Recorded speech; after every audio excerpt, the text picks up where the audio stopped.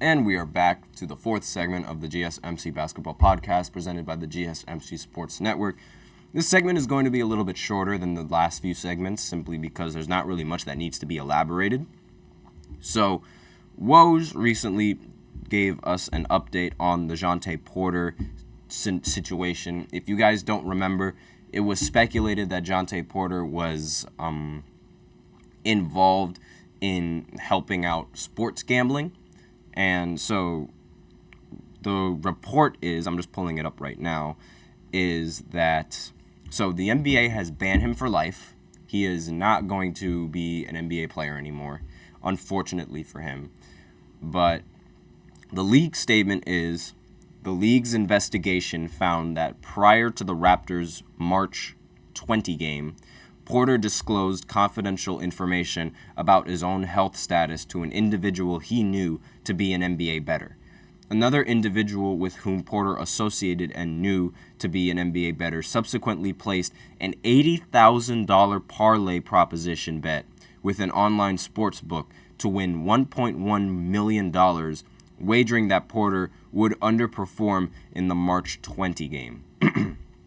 So, with that report in mind, I previously said I think it's a little bit harsh to ban someone for life, and especially given how they punish other NBA players who genuinely commit crimes in life.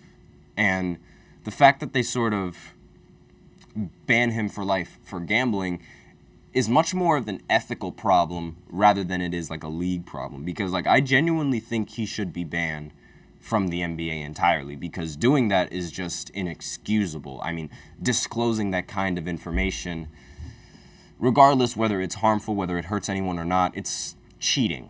And I just don't like cheaters in any of these sports league. I genuinely don't. It's part of the reason why I dislike Tom Brady in football, because there was rumors that he was cheating. And that's only part of the reason, by the way. But cheaters, they belong, there's no place for cheaters in any kind of league. So I think that this ban for life is definitely suitable for someone who disclosed this kind of information. But it's much more of an ethical problem, because there are some players in the NBA who have genuinely committed heinous crimes, and they're still playing in the NBA with no punishment whatsoever. And I really don't like saying their names, because it's just giving them more traction. But Bridges, he was arrested for assaulting his girl, his wife, whatever you want to call it. But he was arrested for assault. Yet here he is still playing in the NBA and still making enough money as if, well, not enough, a lot of money, as if none of it ever happened. Then there's also Giddey on the Thunder and his situation with his allegation where he was allegedly in a relationship with a minor, allegedly, and the NBA didn't really do anything about it. And it's much more of an ethical problem. Ooh, and Karl Malone.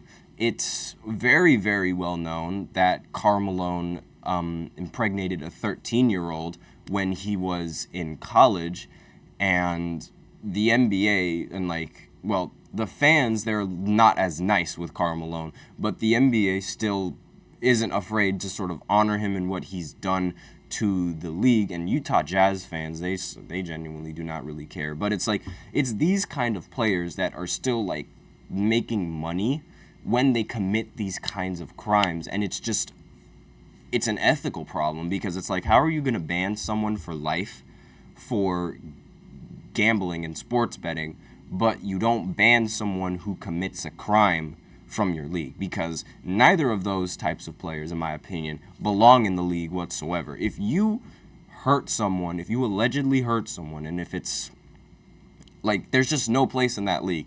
And I do not think, because if you genuinely don't hurt someone, there wouldn't be allegations around you hurting someone. That's how I view it. Me personally, if there's an allegation in the air, like, where did it come from?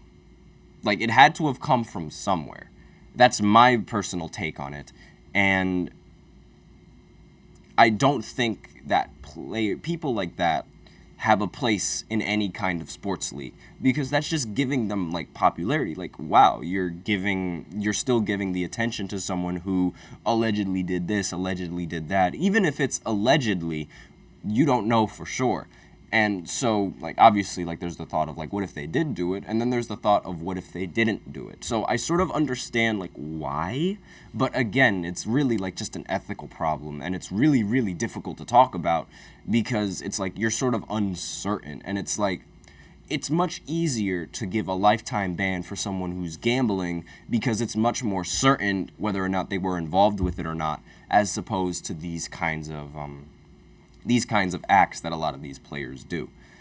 And it's really, really, like, it's concerning to me. Like, I agree with the ban, but if you're going to do this, I feel like you should ban a lot of other players for committing acts that are against the law, whether allegedly committing acts against the law, excuse me.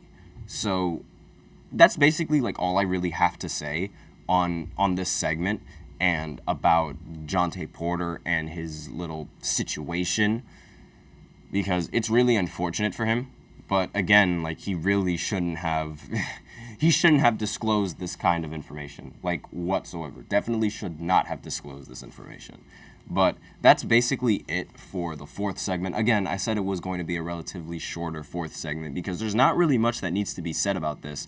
Because, like, he was banned for life, period, done, end of story. They figured out exactly what he was doing, and there's just no place for that in this league. So that's going to be it for the fourth segment, and therefore that is going to be the end of the show. So thank you for tuning in to the GSMC Basketball Podcast, presented by the GSMC Sports Network. Your support means a lot to us, so please remember to subscribe to the show, leave a positive review. It really does make a difference. We also invite you to follow us on Facebook, Twitter, TikTok, and Instagram for more content and updates. And let me know what you guys think about this situation in the comments. Do you agree that he should be banned for life, or do you think that it should have been just like a year ban or a 2-year ban or an indefinite ban? But I'm really curious as to see what you guys have to say. So before I end off the segment, I'd like to remind everybody to please use the link in the description or the link displayed below the ticker on every show segment to get your comments recognized. The link is gsmcpodcast.net. Really helps the show, makes the show much more interactive between myself and you guys. Once again, the link is gsmcpodcast.net. And that will be it for the show for today. Thank you so much for tuning in. Once again, I am your host, Nelson, and as always, take care.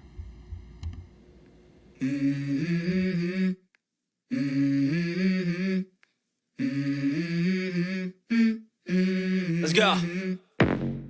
I wake up to a little bit of drool on my pillow, feel like it's gonna be a bad day. Yeah, I'm tired of shit, and the coffee ain't hit yet, damn, ain't that great. I don't wanna